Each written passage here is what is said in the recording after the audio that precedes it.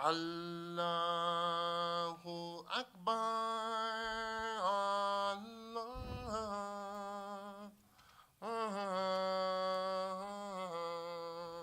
Allahu Akbar.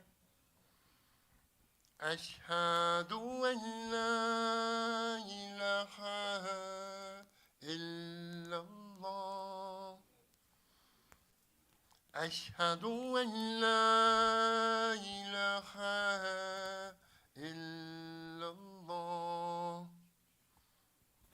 أشهد أن محمدا رسول الله. أشهد أن محمدا رسول الله. حي على الصلاة،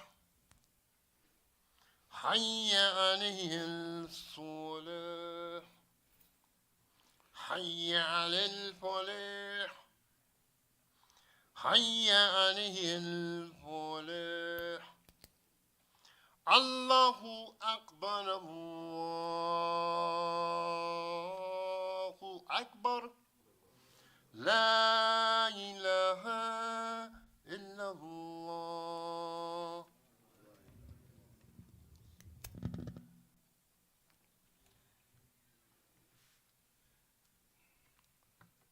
Bismillahir Rahmanir Rahim.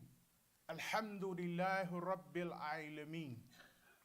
Ashhadu an la ilaha illallah wahdahu la sharika lahu wa ashhadu anna Muhammadan abduhu wa rasuluhu sallallahu alayhi wa sallam.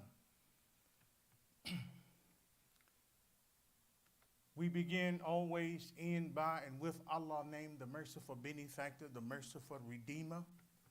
All the praise, the gratitude, and thanksgiving is due to Allah, the Lord and cherisher of the world. The praise is His, is part of His property. Whoever claims it is a thief, and He is not just the Lord of Israel. He's the Lord of all world, all systems of knowledge. Wherever we find them, it is His world.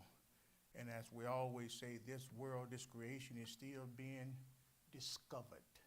We have not discovered the entire creation as of yet. It's still being observed.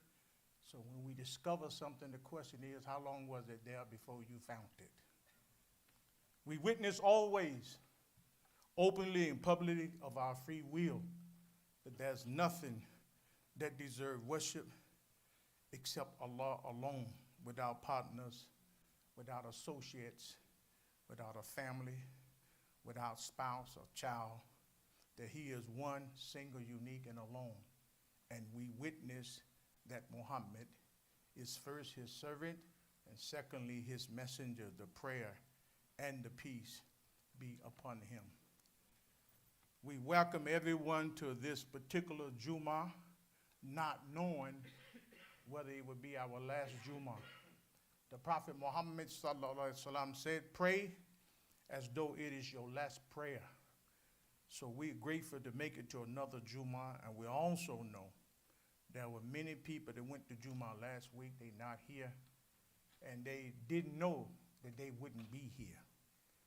So we thank Allah for our present, to being alive, physically being able to be here. We should never take that for granted. We ask Allah to accept our Jummah Salat, and that the information given in the khutbah, that it be useful and helpful to the community. And we ask Allah always to guide our heart, our mind, our words, our tongue, and bless us only to say what is needed. All the Muslims all over the world today, we recognize that we less than 1 month before Ramadan. Therefore, already we should have some type of spirit of excitement, loving it, can't wait, knowing we have to wait, because part of the discipline of Islam, we don't do anything just because we want to do it. We do it because we've been ordered it, do it because it's time. So we are excited. We hope everybody else is excited about this coming Ramadan. As you know, Ramadan is a pillar of Islam. The scholars usually say fasting, especially in the month of Ramadan, meaning that it's 1/5 of our foundation is Ramadan fasting. The Ramadan fasting is unique. You search all the different people who fast, and you will see that their fasting is not on the level of our fast. Or you will see great differences in what they call fasting. So we should take pride, be happy that we have something that is so unique and so different, no one else could compare anything with it. And as the Prophet Muhammad sallallahu alaihi wasallam said, our salvation lies in us being odd, distinguished, and different. And our damnation lies with us being just like regular folks, the regular people. And we are not regular. We are believers. We should bear in mind for many people, not just a hand, but many people, this would be their first Ramadan. And all of us been there, done that. You can reflect upon your very first Ramadan. For some of us, this is our 55th Ramadan. But let us not forget about the people. This would be their first one. And I remember my first one, I had all kind of thoughts. Can I really make it 29 to 30 days? Never did it before, so that idea is there. Is it going to be easy? Is it going to be hard? Etc. But some of these people who are going to have their first Ramadan are going to be our children. Some of our children have reached the age not so much can experiment. It's now time for them to join the men folks and the women folks. Now it's an obligation. Sometimes when the children are small, they fast to 12 noon. They do 5 days in Ramadan because they're not obligated. But when it reached that point, obligation, it changed everything. And for some of our grandchildren, it's going to be the first Ramadan that they ever experience.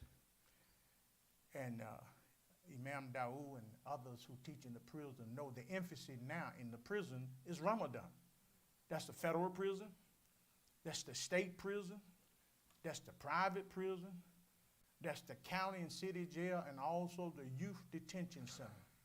All of them is geared up, organizing who's going to fast.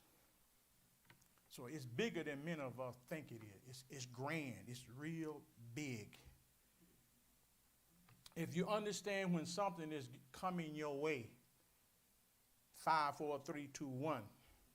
If it's grand, not only are you excited, you do things in preparing for it. You know, if you got an uncle, you got a nephew, you got a niece, you haven't seen them for some time, and they tell you the date that they coming, it's a lots of things you will do because they coming. You normally wouldn't do it. Change the curtains, change the blanket. Down south, we call it spring cleaning. This is the spirit we should have for Ramadan. Actually, your action is showing you preparing for it. You're not laid back in the cut. Oh, if it come, it come. If it don't, no. You are preparing for it. I think we ordered 60 cases of dates. They on the way. You can buy your dates through the masjid. Some of us, we already got our list out for the different halal meat that we're going to get for the iftar. So again, that's a sign that we're preparing for something. And the reading of the Quran, the reciting of the Quran, listening to the Quran, some of us already is getting in that groove because every day we're a little bit closer for Ramadan. It'll be here before you know it. And preparing even for the extra prayers in the masjid and in our privacy of our own home. So if you don't have the spirit of excitement, we will hope that you get it, because whether you like it or not, you can't stop it. Ramadan is on our way. And as we do here every year, we will leave that message on the voicemail after 11 p.m. saying the moon was sighted or it was not sighted. Because we try to do everything where we're doing it collectively in unity. And so I'll be going out as usual looking for the moon of Ramadan. And we should see the relationship between these 3 months that come in sequence. Rajab, we in Shaban, and then Ramadan. There's a connection there. And we should recognize that connection. This is the month that the Prophet Muhammad ﷺ used to fast more than any other month other than Ramadan itself. And we do have groups of Muslims all over the world. Many of them that fast every Monday. We got another group that just fasts on Thursday of every week. We got another group that fasts on Mondays and Thursdays. Then we have a group that fasts on the 13th, the 14th, and the 15th. So that's a wonderful thing to do year round. So this is a strong sunnah, not just the fast in Ramadan, but Shaban, again, a lot of fasting took place in Shaban in the Prophet's life, the prayer and the peace be upon him. Dear Muslim, the Prophet Muhammad said, Rajab is the month of Allah. Shaban is the month of the Prophet. Peace and blessings be upon him. And Ramadan is the month of the believers. It's a month where we get a chance to realign our life. Most of us recognize that many things in our life is out of whack. And it's like getting a second chance or getting another chance to get it right. So we are already into that type of mindset. And we close this part of the khutbah with this dua, a simply dua. May Allah bless this Ramadan to be our best Ramadan. Oh Allah, we believe in you and we trust in you, and never ever do we seek a way against you. Oh Allah, guide us among those whom you have guided, preserve us among those whom you have preserved, befriend us among those whom you have befriended. Bless us with what is lawful, protect us from that is not lawful. Surely whoever you honor can never be disgraced. Oh Allah, give us good in this life right now, and give us good in the next life right later on, and save us from the torment of the fire. Ameen.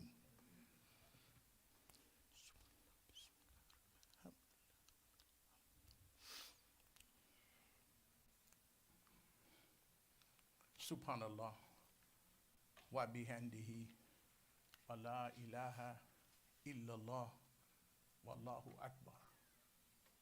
Glory be to Allah, the praise is his and always with him. There is no God except him alone, and he is bigger and greater and more important than anything else. For the second part of the khutbah, we want to talk on some things that I think most of us already know that we possibly have forgotten. And Allah mentioned in the Quran that man is a creature that forget. Those who came out to Fat Salat this morning, after our reading, we asked the question, suppose Allah only forgave us one time, we would still be in trouble. So Allah says he forgive us again and again and again. And we thank Allah for that, for giving us a second chance, another chance. And it says when Allah forgive you, it's as though you never did it. For people, we forgive you, but we remember. We don't forget. Want to talk, and whatever we talk about in the second part of the khutbah is always something relevant to our condition as a community. The dress code. Lots of us, we don't like that word. But Islam give us a dress code. Allah give us a dress code. And many times we don't understand it till we see children in a private school and they say they got a dress code. And then many brothers, we think the only one have a dress code is the sisters, that we are exempted from having a dress code. We have a dress code. And we need to get to that dress code, be on point with that dress code. So the dress code is for both male and female. And we know this is Jumu'ah Day. Some of us, we miss it. We say Jumu'ah Salat. But that Jumu'ah Salat takes place on Jumu'ah Day. The whole day is special. Whatever is special with Allah, whatever is special with his messenger should be special to us. We already got a dress code already. That's 7 days a week. But Friday, Jumu'ah, is a little bit different. The Quran teaches us to wear our best. Now, this is what it don't say, wear your worst. It say wear your best. And that's going to vary from person to person. But we should know what our best is. Our best can't be a t-shirt. That's your best. A muscle shirt. That's your best. We got to do better because we can do better with this dress code. We shouldn't wear nothing tight. That's both male and female. Some brothers think they can wear something tight, but the sister, she can't wear nothing tight. You can't wear nothing tight either. If you follow the dress code of Islam, if you're not making up your dress code, we can't wear nothing tight. See-through. Same thing for brothers. We can't wear something you can see through it. And again, all these things are very relevant to us, bringing us back on point when we deviate. A dress code. Some of us who came out of the church, and we was children in the church, and we know mama told us, when you get through coming from the church, you take that suit off and put it back up, because that's your church suit. You don't play marbles and get on your knees in your church suit. We knew that. So Ramadan, it can only be special when we treat it as special. Other than that, it's just a regular day and just a regular service. It's not a regular service, and it's not a regular day. For the brothers only, we have to be careful of our shirt or our top, whatever you want to refer to it as, because we have to prostrate. We already know we got to get down on our knees. And we already know we coming to the masjid. And your backside shouldn't show when you prostrate. So whether you get a shirt that you can tuck it in or you wear it out, it got to be enough flexibility there that when you go down, that nobody see your backside.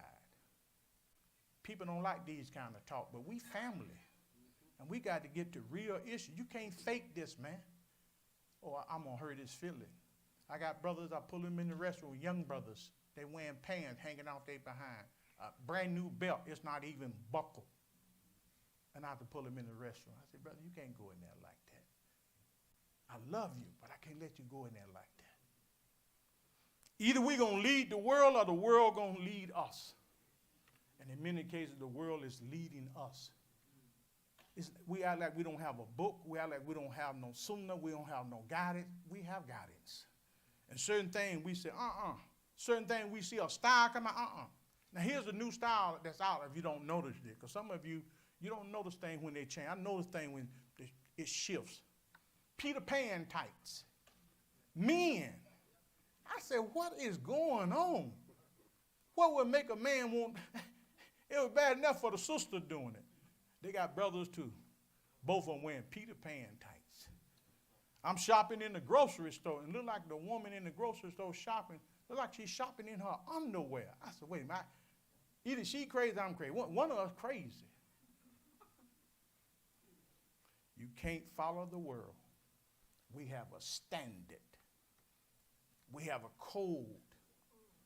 We got things we just don't do regardless to how popular it is. And I don't know, have you seen on the street a father and his son walking down the street, both of them pants hanging off. Both of them no belt. But it'll show you something. Children imitate their parents. So we can see easily right away, the best example for us is in the home with our mother and father. So we got to make sure father get it together, that the mother got it together. Because it's hard to institute something to your children and you yourself is guilty of not practicing. So we got to go back to the dress code. And the dress code is not to dress like an Arab. The dress code is not just to wear a thobe. It's moderation, decency. Do you know the typical Western conventional suit meet Islamic standards? I know some of you, you see a brother in a suit, you call him an Uncle Tom. So he ain't all the way with the dean. Tell me why. The suit come by where the knee is. I mean, what's wrong? You don't have to wear a suit, but he chose that that's going to be a standard for him. So when he make prayer, that his coat cover his behind. So it's very broad when we say modesty in Islamic dress code. It's not locked down to a country or a culture. So you do what's comfortable for you. And we know if we're guilty or we're not guilty. You buy your own clothes. Again, you can't buy these styles where the shirt stop right there at the waist. I mean, why would you buy a shirt like that? It stop right there at the waist. Don't go 1 inch below the waist at all. And then they sell you this feminine stuff. You're supposed to be a man. What man want pants and shirt with no pockets, and they charge you more money? Charge you less money if you get some pockets. Charge you less money if you don't have no pocket. We don't carry a pocketbook. Where you going to put your items at? We got to have them pockets. If we are a man, we got to have pockets to put our items. So we got to make an assessment, man. Are you letting the Western world influence you? Or are you letting the Quran and the Sunnah influence you? So again, we're going to be making 5 prayers till we die. 5 prayers till the day of judgment. So we have to get clothes that's appropriate. I'm not telling you what particular clothing, but get something that you're comfortable with and meet that Islamic dress code. Again, dear brothers and sisters, when we get off the mark, we have to get back on the mark. And we should never be in a state of denial. They say when you're in a state of denial, you had one mistake, now you have 2. Denying it, make it a second problem. I'd rather have 1 problem than to have 2 problems. And this world is teaching us not to talk to ourselves. That's not an Islamic thought. That's a good thought, to talk to yourself. I didn't say answer yourself. I say talk to yourself. To look in that mirror and say, man, I got to get me a haircut before Juma. To look at the eyes and see right here, you got these almost a full moon. I got to start getting in the bed. I got to get some rest. You done missed 2 prayers, and the other 3 you made late. I got to do better than that. You know, if you make all your prayers late, pretty soon you done made up your own religion that has nothing to do with Islam. Do you know you're supposed to be upset and angry with yourself when you keep making your prayers late? 1 every blue moon, that changes things. But every prayer, Fajr was late, Dhuhr was late, Asr was late, and what's the worst is you didn't even make the prayer at all. So we have to check our own self. Is this Islam that I'm practicing? And not be happy about it. The Prophet Muhammad, the prayer and the peace be upon him, said, if you feel no shame, do whatever you like. Certain things should shame us. Allah has blessed us, and we don't want to pray. It should be a desire. It's like a debt. I'm behind on my bill. I got to pay my debt. We should feel obligated because we want to be a real Muslim. We want to be a real believer. We don't want to be a fake. We don't want to be artificial. And that's called a hypocrite. You say you're Muslim. What's in your life to show anybody without you saying you're a Muslim? What in your life shows anybody that he definitely is a Muslim? Or he got to be a Muslim? Or I'm suspicious, I think he's a Muslim. But you tell somebody you're a Muslim, they say, you a what? I'm Muslim. Man, please. That's what some people say, you a joke. And then sometimes the real Muslim is talking to the one that's playing with the religion, and the people who know him said, I didn't know he was a Muslim. Hey, isn't that something? The neighbor across the street, the neighbor next door, your co-worker, A person you go to school with says, I didn't know he was a Muslim. And you've been going to school with him since the 8th grade, and you in the 12th. How was you so good at keeping Islam away from them? And notice I haven't said anything about a turban or a kufi. That's not proving you a Muslim. We don't have to go to that extreme. But your action, your demeanor, your manners should suggest this man, this woman must be a Muslim. I'm in the street every day defending Islam because somebody has given the wrong example and the wrong impression. We call it coming behind cleaning up a mess, a big mess that somebody has made. We want to be the one that make a person want to come to the masjid, that want to go buy a Quran, that want to know more about Islam because they see something that they like, that they respect, and they admire. I close with this. One of the things that I have to clear up a lot when I'm on talk shows, whether it be a television or radio or interview. I mean, I'm still doing it. I'm surprised that I still have to do this. They introduce me as a black Muslim. Can you believe that?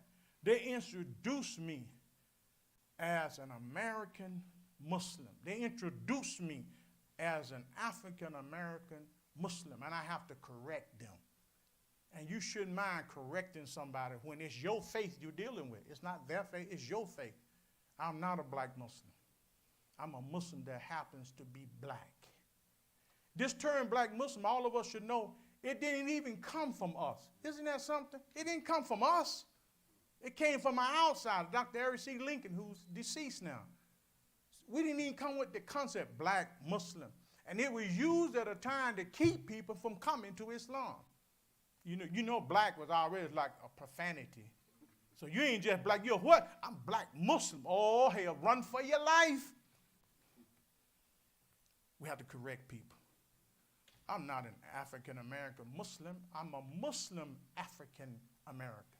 And this also corrects Muslims all over the world. It might start with us. You're not an Egyptian Muslim. You're a Muslim that happens to be an Egyptian. You're not a Sudanese Muslim. You're a Muslim that happens to be Sudanese. You put up front what's the most important. And what is the most important? We Muslim. And I'm going to quote something that most of you haven't heard because you haven't heard it from us. See, if you want a story, you go to the person who the story is about. You don't let somebody else tell about a person and the person is there. I hear people trying to talk about Elijah Muhammad. And it hurts me when I hear this because they don't know the whole story. So I'm going to give you a few gems and pearls that this man gave us that is good right now to this day for any Muslim. We're talking about something that started in the 30s and he passed away in 75. He said, and he used to teach us sometimes through asking questions. And then turn around and gave the answer too. That's why I call him Dr. Elijah Muhammad. And he never went to medical school. He said, what is your own self? He said, your own self is a righteous Muslim. To appreciate that, you have to appreciate what he didn't say. He didn't say your own self is a black man. He didn't say your own self is African American. He didn't say your own self is an Asiatic. He didn't say your own self is the original man. He said your own self is a righteous Muslim. Then he asked the second question. Are there any Muslim other than righteous? He said, I beg your pardon, never heard of one.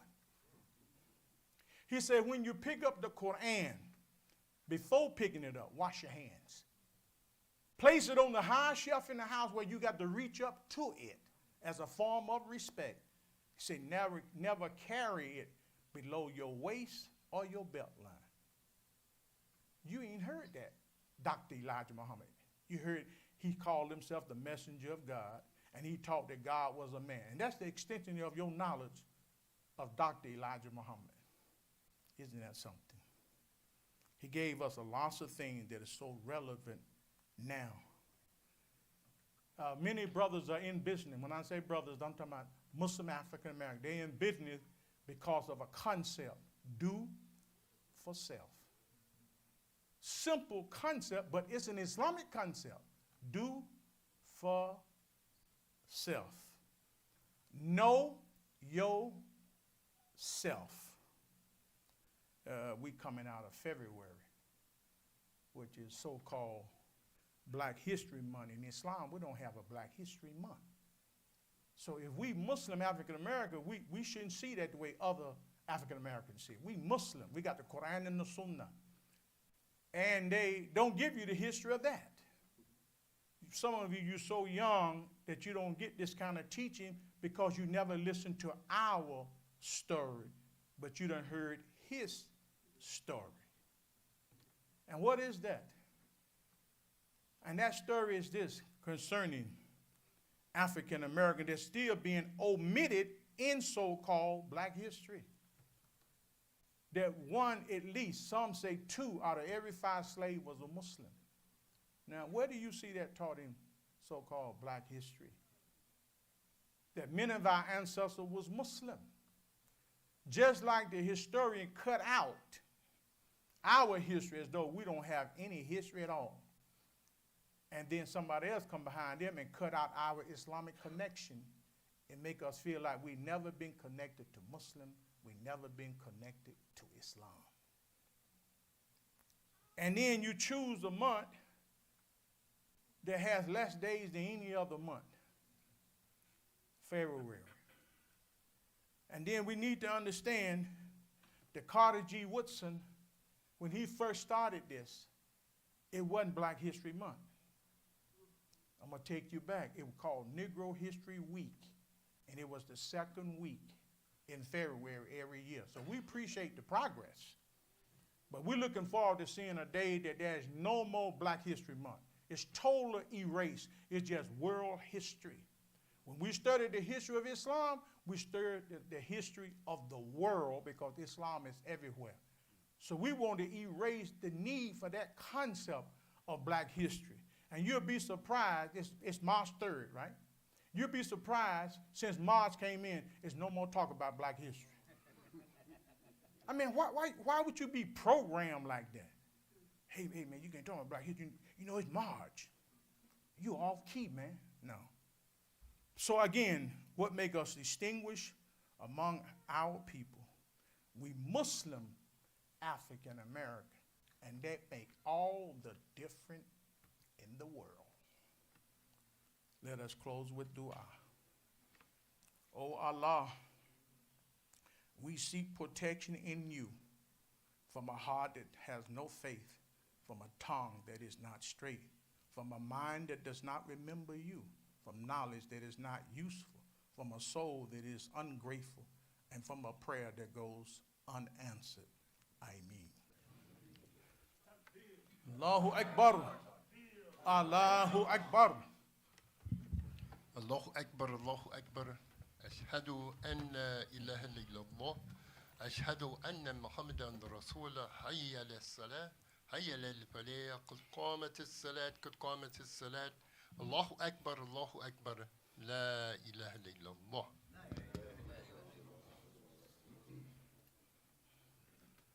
Let us make effort to make our line straight. That straight line is more important than having the space, whether it's there or not. Lining it up, lining our heart up. May Allah accept our salat, forgive us for any mistakes or error. And remember, we should pray as though this is our last prayer. Allahu Akbar.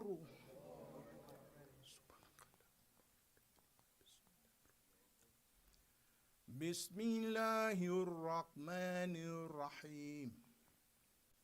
Alhamdulillahi Rabbil Alameen. Ar-Rahmanir-Rahim. Maliki Yawmiddin.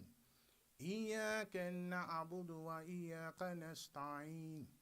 اهدنا الصراط المستقيم صراط الذين أنعمت عليهم غير المغضوب عليهم ولا الضالين.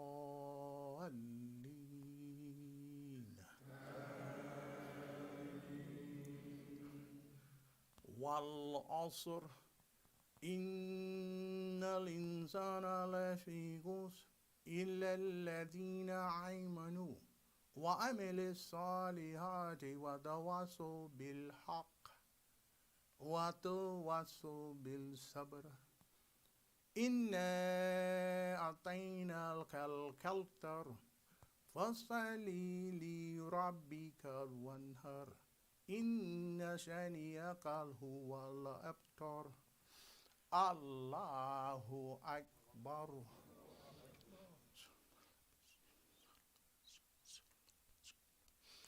سمع الله لمن حمده. الله أكبر.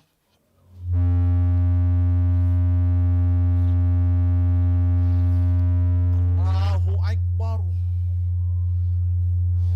الله أكبر. الله أكبر. بسم الله الرحمن الرحيم. الحمد لله رب العالمين الرحمن الرحيم مالك يوم الدين إياك نعبد وإياك نستعين اهدنا الصراط المستقيم صراط الذين أنعمت عليهم غير المغضوب عليهم ولا الضالين.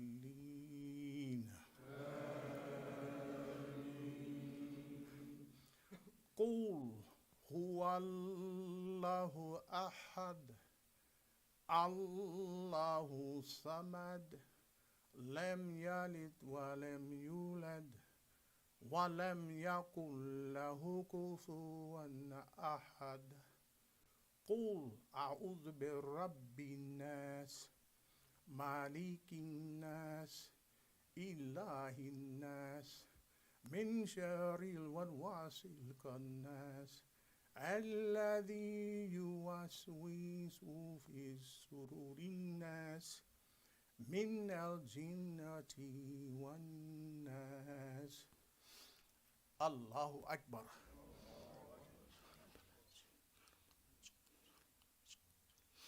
سمع الله لمن حمده.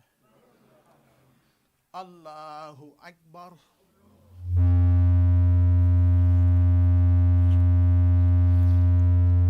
الله أكبر. الله أكبر. الله أكبر.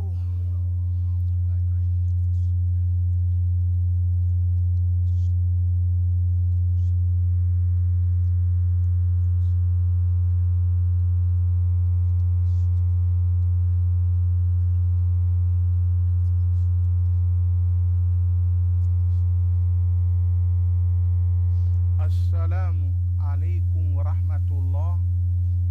السلام عليكم ورحمة الله.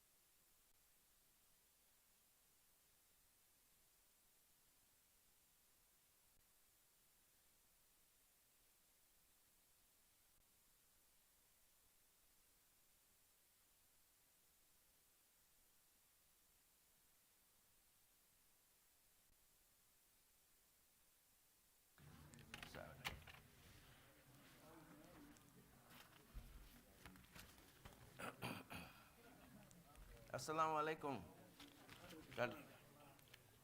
Because these announcements for today. As always, please patronize our vendors inside and outside.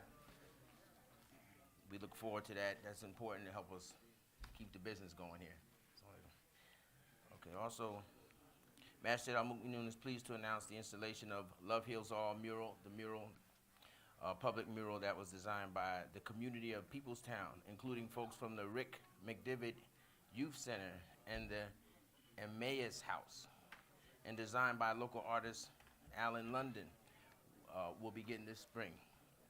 Funds for the project that will go directly to the materials and artists involved in the application of the mural will be donated in part by Masjid Al-Mu'minun and private sponsorship, but we also need the support of the community to make this project a success. As always, we have calendars, both current and souvenir characters. You can pick them up at the front desk or at the African American Islamic Institute table outside. The Arabic classes are on Mondays and Thursdays after Asr, in between Asr and Maghrib. Fajr Salat is every morning, as the Imam mentioned earlier. Fasting and breaking fast every Monday and Thursday, and everyone is welcome and invited.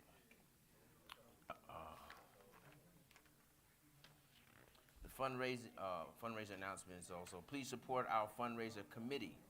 The Masjid Fundraising Committee has products for sale in the front lobby and on our website, including the gingerbread drinks. Baseball caps are coming soon, and the calendars and mugs with our fundraiser logo. You can donate at Cash App, the $ at Al Mu'minun Fundraiser, and at the website. Also,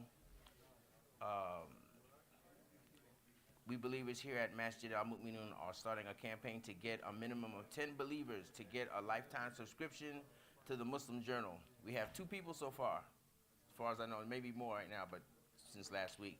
The cost is $1,000 for a lifetime subscription, $1,000 for a lifetime subscription. You will receive an online paper as well as a physical copy of the Muslim Journal. Let's support ourselves. If you're not able to pay, the whole amount at one time, we will have a layaway plan, which is $100 per month for 10 months. Don't let us lose our precious gift from Allah. That's that journal.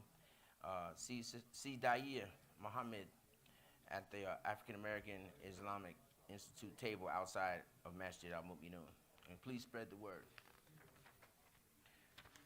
Okay, no other changes other than that. We encourage the Muslims also to go to YouTube and subscribe to our channel so that you can receive these khutbahs online. You get a notice. If you're unable to come to Jummah, you can at least watch it online. So go ahead and sign up for that and subscribe to the channel and click the bell so that you get the notices.